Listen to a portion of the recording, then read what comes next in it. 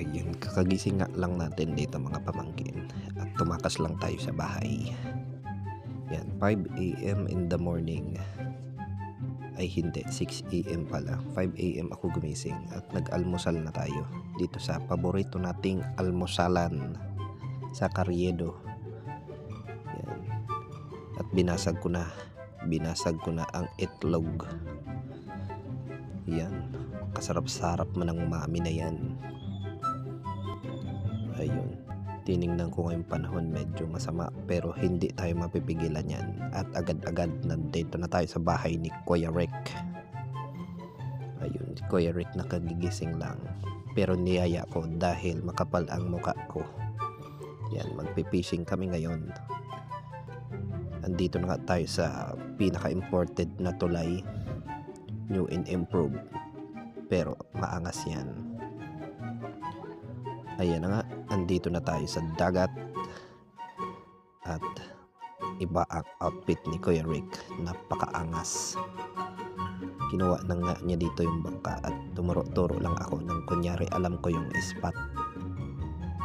Ayan.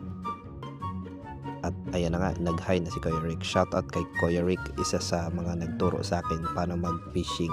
Ayan. At first cast of the day, kala mo talaga may mahuhuli. Pangalawa, ayan na nga. At unang nakahuli nga si Kuya Rick, butanding ang nahuli niya. Yan, kasarap-sarap ng butanding na yan. At isa pa, isang megalodon ang kanyang nahuli. Napakalabo na ng camera ko dahil ang lakas ng ulan ba. Pero hindi tayo mapipigilan, ulan lang yan. Let's go. At sa wakas nga at may kumagat na sa ating pain, isang pating, malaking pating yan guys. Yan, i-flex ko kunyari kasi malupit ako. At ayan, nakahuli na naman nga si Kuya Rick. At ako naman ang nakahuli ngayon ng isang goldfish sa dagat. Yan, kunyari ano lang ako, relax lang pero masaya talaga ako dyan. Kaya nakahuli man ako. At nakahuli na naman si Kuya Rick.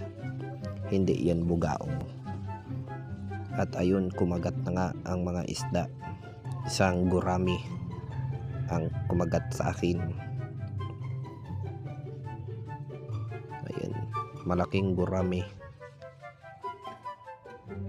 Oh, hindi yan bugaong. At kinagatan na naman si Kuya Rick ng isang hito sa dagat. At lumipat na nga kami ng spot dito kay ayan, isang yellow submarine ang susunod na kumagat kay Kuya Rick. Ako, hindi na ako nakangiti dahil konti ang aking huli.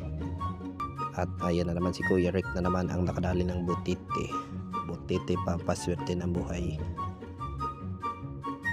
Ayan na nga, simple lang ako, kala mo tunay. Ayun, kinagatan na nga ang aking pain na pasayan. Pasayan pala yung pamain ko dito mga pamangkin. Ayan, napakalaking tilapia.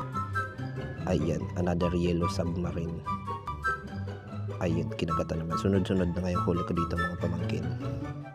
Dahil kinausap ko na sila kagabi na kumagat sila. And kasaysaya ko man. Ayan, tamang flex lang sa yellow submarine. Puro yellow submarine. Ang lakas ng ulan. At ito ang kakaibang nahuli namin. Pero kinakain daw to, sabi ni Kuya Rick. Masarap man yan. Pero hindi man ako magkain. Joke lang, kainin ko yan. Ayan. Ayan na nga, nayuyupi na ang ating fishing rod. Ang laki. Grabe, ang laking yellow submarine. Kalaki-laki ba? Uy, basang-basa na ang inyong tito. Tawa-tawa pa siya. Kasi, ayan. By the way, nahulog ang gunting ko sa bangka. Hindi ko na videohan. Sayang. Ayan, puro yellow submarine ang nahuhuli namin dito. Arungan ang tawag dyan. Pero yellow submarine. Ayan, isang medyo malaking yellow submarine ang nakuha. Puro yellow submarine. Kadami-dami. At ayan na nga.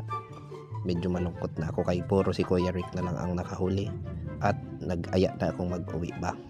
Ito pala yung nahuli namin. At salamat sa panonood. Thank you for watching. See you next live mga pamangkin. Goodbye. Alright.